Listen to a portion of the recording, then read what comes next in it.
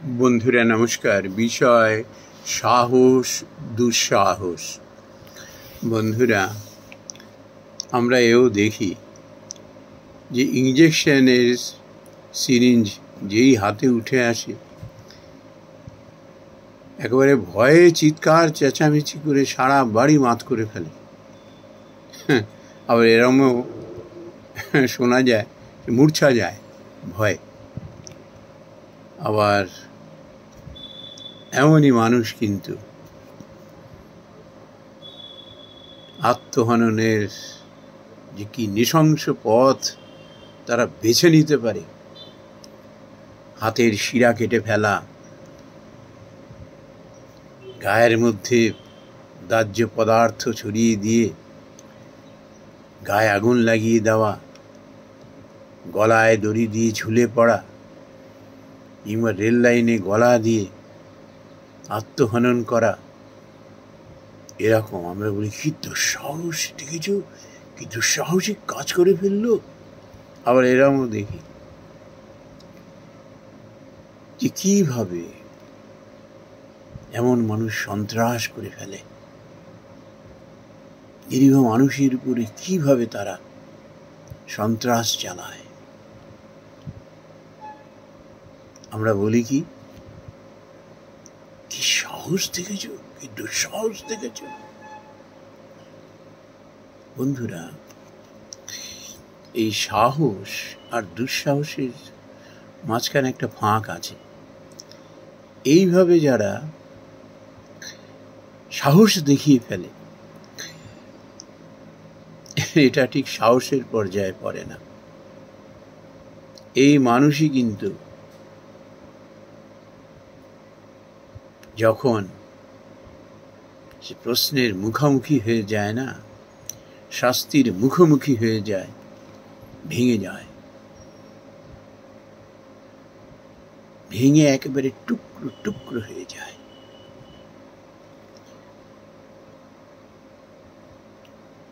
যদি সাহস হতো, সে দৃঢ় থাকতে পারত।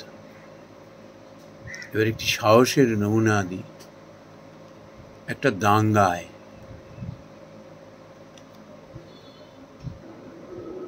শুনশান রাস্তা, একজনের ওপর রাস্তার উপরে পড়ে আছে, রক্তে ভেসে যাচ্ছে, তখনও প্রাণ আছে। যে যার নিজের প্রাণ নিয়ে বাঁচাচ্ছে, পালাচ্ছে। এমন সময় একটি যুবক এসে সেই মানুষটিকে কাঁধের উপর তুলে নিয়ে গিয়ে হাসপাতালে পৌঁছে দিল। যারা ইমার্জেন্সিতে ডিউটিতে ছিল তারা আঁতকে উঠল যে এত বড় সাহস কি করে দেখালো সে।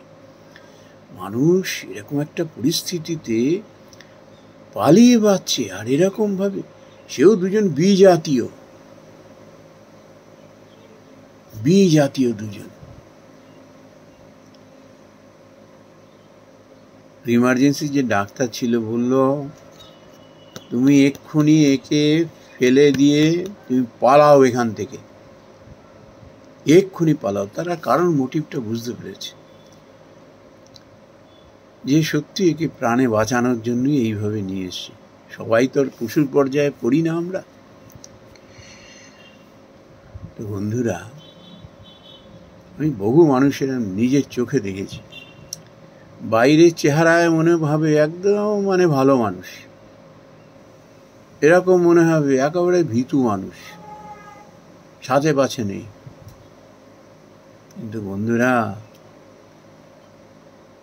এমন মানুষের আমি সাহস দেখেছি, প্রয়োজনে কিভাবে কাউকে তোয়াক্কা না করে, যদি তোর ডাক শুনে কেউ না আসে, একলা চলো রে, কিভাবে বাড়িতে দাউ দাউ করে আগুন জ্বলছে, তুচ্ছ করে দু তিনজনকে সে রেস্কিউ করে ফেলেছে, নিজে ঝলসে গেছে। রাস্তার ধারে একজন অসুস্থ হয়ে পড়ে রয়েছে, কেউ তাকে স্পর্শ পর্যন্ত করছে না, পাছে পুলিশ হ্যারাস করে। মরে গেছে কি বেঁচে আছে তাও কেউ দেখছে না। ছেলেটি কিন্তু বাইক থেকে নেমে চট জলদি তাকে পরীক্ষা করে দেখলো না, প্রাণ আছে। সঙ্গে সঙ্গে সে ফার্স্ট এড করলো, অ্যাম্বুলেন্স কল করলো, হাসপাতালে পৌঁছে দিল, পুলিশে খবর দিল। একে বলে সাহস। আচ্ছা, ক্ষুদিরাম, বিনয়, বাদল, দীনেশ, এই ধরনের ইয়ং ছেলেরা যারা স্বাধীনতা সংগ্রামে অংশ নিয়েছিলেন, আরো এরকম হাজার হাজার দেশপ্রেমী ইয়ংস্টার্স, একদম দেখবেন এদের চোখ মুখগুলো দেখলে মনে হয় যে এরকম দুঃসাহসিক কাজ করতে পারে। এই দুঃসাহস আর ওই দুঃসাহস এক নয়। বোমা ছুড়ে দেওয়া, অশুভ শক্তির বিরুদ্ধে লড়ে ফাঁসির দড়ি গলায় আস্তে আস্তে গ্রহণ করা, কোনো তার উদ্বিগ্নতা নেই।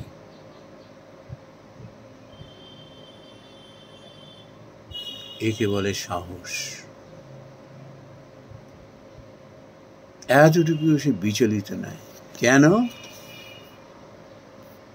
এই সাহসে মানুষ বিচলিত হয় না, ভয় পায় না। কখন? যখন সে ত্যাগ করতে জানে। মানুষ যখন ত্যাগ করতে শেখে না, তার মধ্যে এক অদমনীয় সাহস এসে ভর করে। দুনিয়ার কোনো শক্তিকে সে ভয় করে না।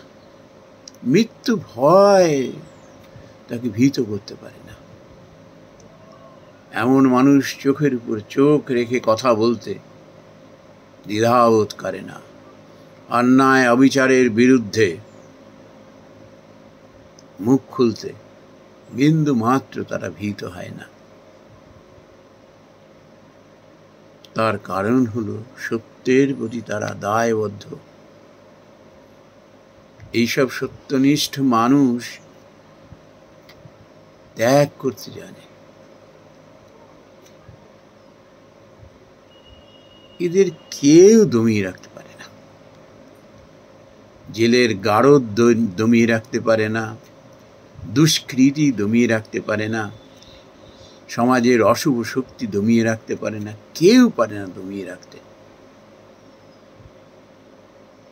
তারা কখনো এরকম পেছনে সিকিউরিটি নিয়ে ঘুরে বেড়ায় না, দলবল নিয়ে ঘুরে বেড়ায় না।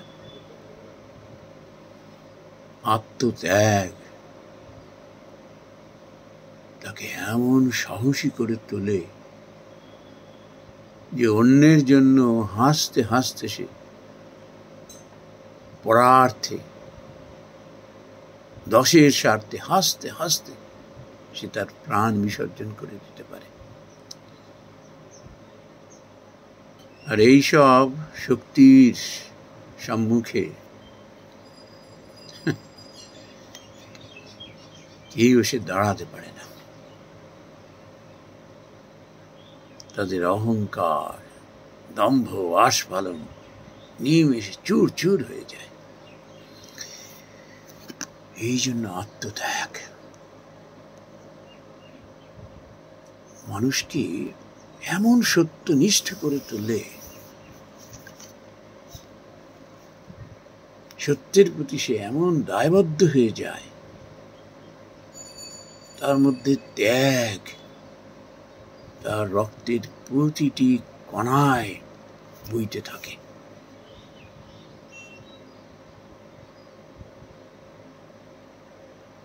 কোনো শক্তি তাকে তখন দাবি রাখতে পারে না। আর বন্ধুরা, আমরা অত্যন্ত ভাগ্যশালী যে আমাদের শ্রীমদ্ ভগবদ গীতার মতো একটি ধর্মগ্রন্থ আছে। আমরা সবাই জানি, শুনেছি, শ্রীমদ্ ভগবদ গীতা ভারতের স্বাধীনতা সংগ্রামীদের এমনই সাহসী করে তুলেছিল, ত্যাগের আদর্শে অনুপ্রাণিত করে। তাই তারা এমন সাহস দেখাতে পেরেছিল স্বাধীনতা সংগ্রামে।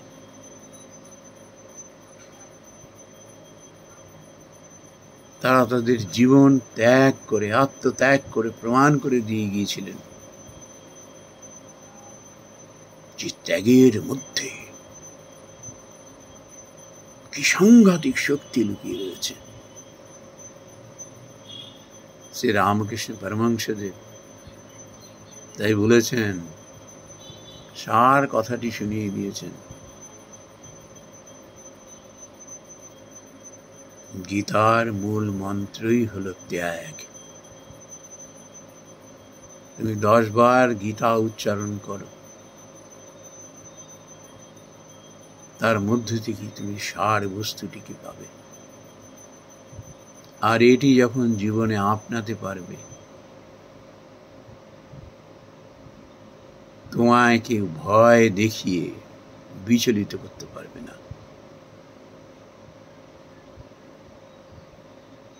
তুমি তখন দেশ এবং দেশের স্বার্থে হাসতে হাসতে আত্মত্যাগ করতে পারবে। আর তোমাকে দেখে হাজার হাজার মানুষ অনুপ্রাণিত হবে, জীবনের লক্ষ্য সার্থকতাকে খুঁজে পাবে। নমস্কার বন্ধুরা।